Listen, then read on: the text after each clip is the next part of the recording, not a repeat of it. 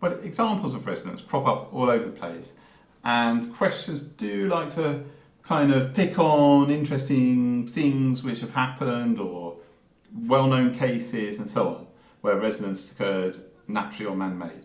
So it's good to know a few examples of resonance, both useful and problematic. So let's have a look first at where resonance is useful. Well, the classic is playing a musical instrument.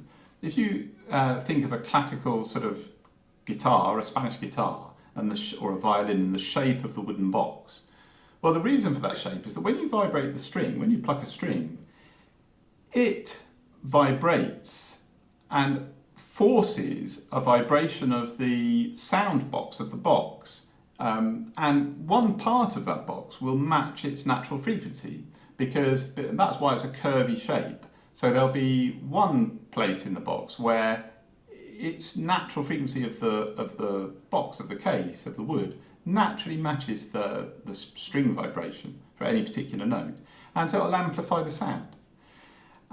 Or the reed in a flute, or do flutes have reeds, or in a brass instrument, or whatever it is a saxophone has a reed, and various other wind instruments. Well, in that case, the reed causes a forced vibration, and that vibrates the air column, and of course that's where the keys come in, or the holes on a wind instrument, that they change the length of that column so that it has a different natural frequency, which will hopefully match the vibration of the reed.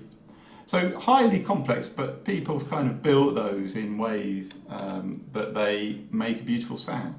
Microwave cooking is another classic, and it turns out that the microwave frequency, microwaves of course are electromagnetic waves, match the natural frequency of vibration of water molecules. And so therefore, anything with water in, the water molecules will vibrate, they will match that microwave frequency and gain in amplitude of vibration, gain kinetic energy, and heat up the food. Good, and so let's look at one or two more destructive examples or problematic examples. Well, first up is earthquakes, very common example for resonance. Well, the vibration of the ground, if it happens to match the natural frequency of a building, then there's big trouble, because they'll tune in and the amplitude will increase, and possibly, if it's not protected in some way and the earthquake's big enough, to a level of destruction. And washing machines is an interesting one.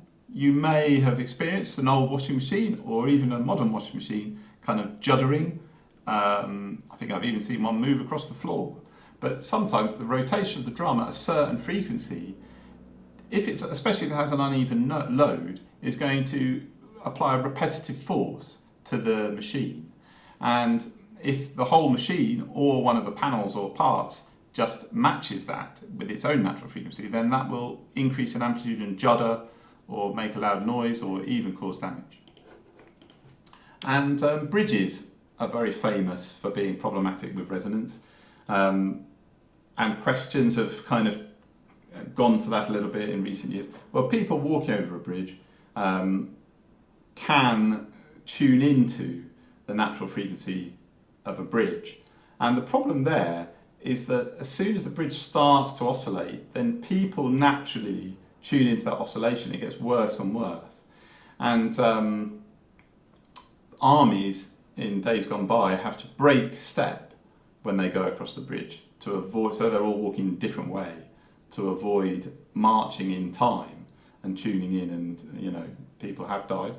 And also very famous Tacoma Narrows Bridge example, physics books like to have pictures of, and where the wind kind of can create some sort of eddies and vortices around as they pass over parts of the bridge structure, and cause a repetitive driving force. And if that tunes into the natural frequency of the bridge, then that also can cause some big vibrations or even destruction. So all of these troublesome resonance problems need solutions, and solutions involve damping often.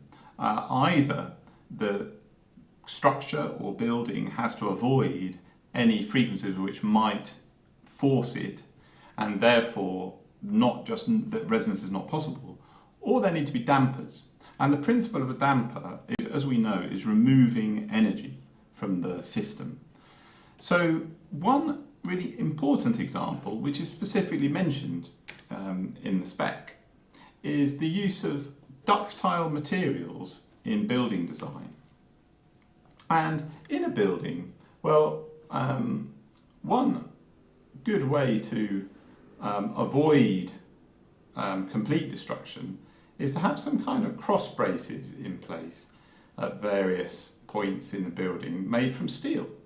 And because steel is a ductile material, then what happens is if the amplitude of the oscillation of the building were to increase, so I'll just put a few cross braces in steel, you can imagine those are steel cross braces, and the brown thing is the structure of the building.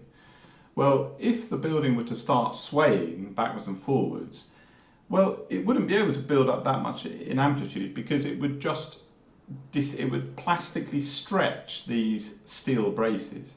So these are steel braces which are ductile, and so they will. And remember, a ductile material plastically deforms under tension.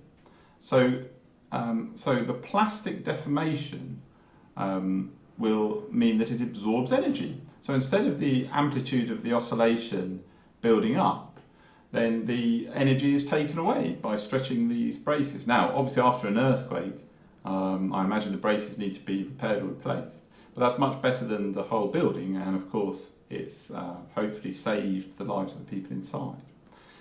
So let's just write there, absorbs energy during plastic deformation.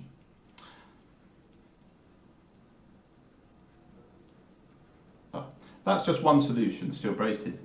But buildings, bridges, vehicles, all use dampers in one way, shape or form in order to stop resonances when some forcing frequency matches the natural frequency in some direction to increase the amplitude. And that's the key principle. They have to stop that amplitude building up when that match does happen by absorbing energy. Mass spring systems can be used, hydraulic systems can be used, and so many others. But the key point, that energy mustn't be returned to the oscillating system, but instead dissipated. So even, say, for example, putting a washing machine on a rubber mat, well, that would help, because that vibration of the washing machine will cause movement in the rubber, and that would absorb energy. There'll be a heating effect. Questions like to have a look at those things, so do try the questions that coming up after this, and look at the video solutions, and you'll see that as long as you get the main principles in, you're going to get the marks.